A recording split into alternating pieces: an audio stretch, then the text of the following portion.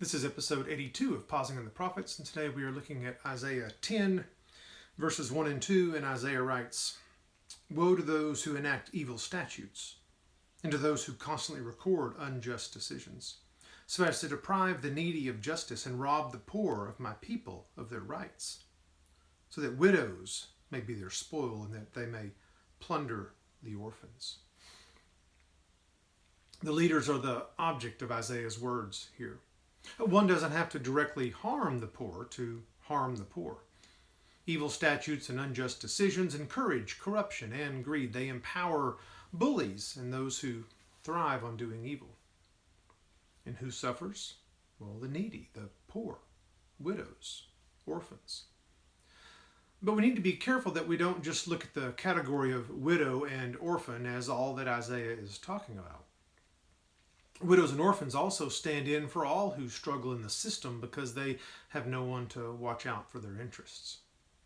The homeless, the mentally disabled, the abused and neglected all need for those in power to remember them, to consider them when enacting policies and recording decisions.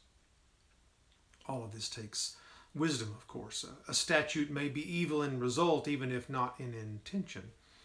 Good statutes require us not just to look at short-term solutions, but the big picture, the long-term ramifications of our actions and policies. And it requires getting to know the issues, the real issues of people's needs. It requires us to know people. It's easy to sit in the halls of power and render decisions that look good on paper, that assign dollars to problems and fail to realize that the issues run much deeper than what dollars can fill or fix.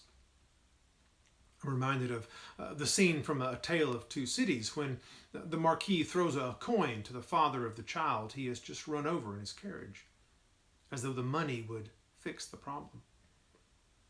Let us not be so insensitive to those around us that we assume a generous purse is all that's needed.